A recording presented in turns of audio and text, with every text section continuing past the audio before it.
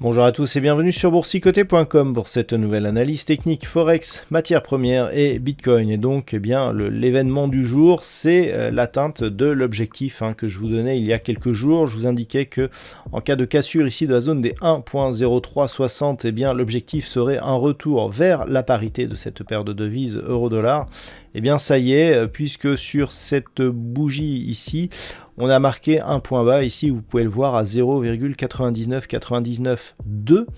Donc on est venu donc tester cette parité qui était donc à 1 et suite à cela on marque ici un rebond technique. On savait que cette zone serait un niveau psychologique qui allait provoquer des réactions.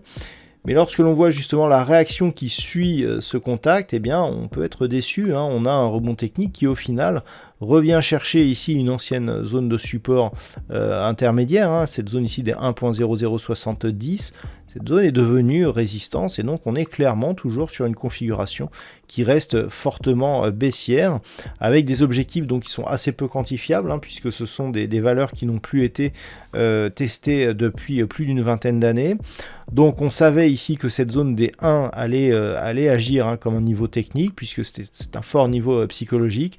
Par contre on voit que du point de vue ici de cette tendance, on reste dans une dynamique baissière, bien ici sous la moyenne mobile 20 exponentielle, contact répété ici sur la bande de Bollinger inférieure et donc des mouvements ici contraires qui sont vraiment purement techniques. Et puis on peut vraiment observer ici par exemple dans cette unité de temps 15 minutes l'effet ici de la zone des 1. Voilà, je vais essayer de vous la matérialiser. Voilà, la zone des 1, elle est exactement ici.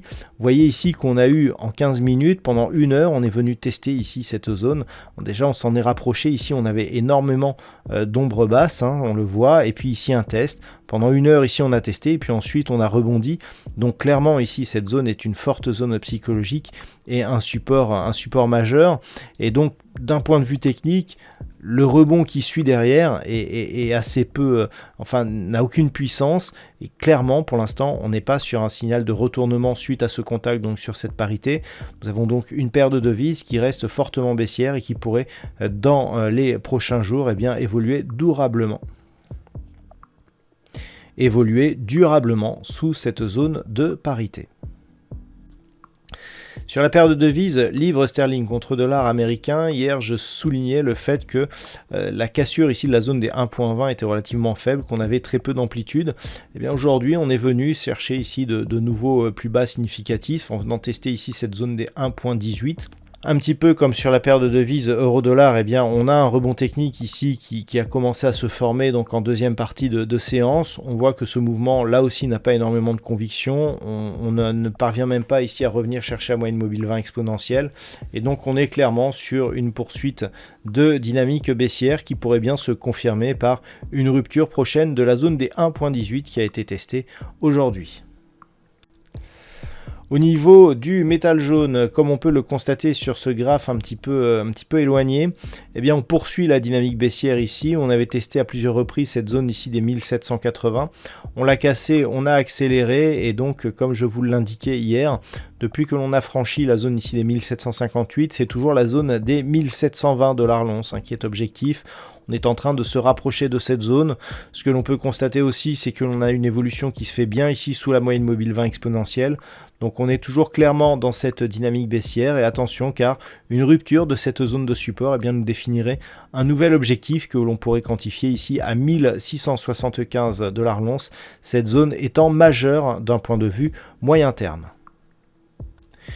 Et puis sur le WTI, on confirme là une orientation fortement baissière, puisque tant que nous étions ici au-dessus de cette ligne rouge, on pouvait s'attendre à une poursuite très légère ici du mouvement haussier. On avait une tendance qui était dans le suivi ici de cette phase de hausse accélérée ici jusqu'à venir chercher une zone à 121 $ le baril, et puis ensuite on s'était stabilisé. Le fait ici que l'on casse cette zone déjà nous a vraiment confirmé un biais neutre, hein, d'un point de vue moyen terme, puisque l'on a désormais eh bien, une évolution qui se fait entre cette zone ici des 93,50, hein, on voit ici de nombreux tests, et cette zone approximative ici des entre 121 et 125 $ le baril. Le fait est que en cassant ici cette zone de support, on est définitivement sorti d'un biais haussier. Et si désormais on vient casser ici cette zone des 93,50 qui avait déjà été testée à de nombreuses reprises, hein, depuis que l'on avait touché cette zone de point haut, là clairement on a un mouvement de retournement, tout simplement parce que eh bien, après avoir ici inscrit ce mouvement haussier, on a une phase de stabilisation, et si on casse ici ce que l'on pourrait considérer comme une ligne de coup, eh bien clairement on va avoir un système de retournement majeur de la tendance moyen terme. Donc il va vraiment falloir surveiller ici cette dynamique, d'autant plus que on est déjà venu tester cette zone des 93,50, on a rebondi mais sur un niveau ici qui n'était autre que une zone de support précédemment testée ici, qui est du coup devenue résistance aux alentours des 102,30 $ le baril. On a franchi cette zone s'est donc transformée en résistance. On revient ici sur la zone de support majeur. Attention, la configuration ici à peine survendue sur le RSI avec très peu d'amplitude sur le MACD pourrait donner lieu à une rupture de cette zone, ce qui nous donnerait un signal de retournement majeur sur le WTI qui passerait donc baissier d'un point de vue moyen terme. Et puis enfin sur le Bitcoin, eh bien nous sommes toujours dans une forte dynamique baissière, comme je vous l'indique depuis maintenant plusieurs jours. Le fait que l'on soit passé ici de cette zone des 30 000 à cette zone des 20 000, perdant près de 33% de sa valeur, donc toujours dans une dynamique ici fortement baissière, eh bien nous indique qu'en absence de rebond technique, eh bien on est toujours soumis à cette dynamique, et que on pourrait avoir, on le voit d'ailleurs au niveau des indicateurs, hein, on pourrait avoir une accélération prochaine du Bitcoin, donc sous cette zone des 20 000. En cas d'accélération, l'objectif se situerait sur une zone allant des 13 500 à 15 000 $ pour un Bitcoin. Par rapport au point haut que l'on avait connu précédemment, à savoir ici cette zone de point haut au-delà des 66 000 $, cela eh bien, serait quasiment une perte de valeur qui correspondrait à une valeur divisée par 5.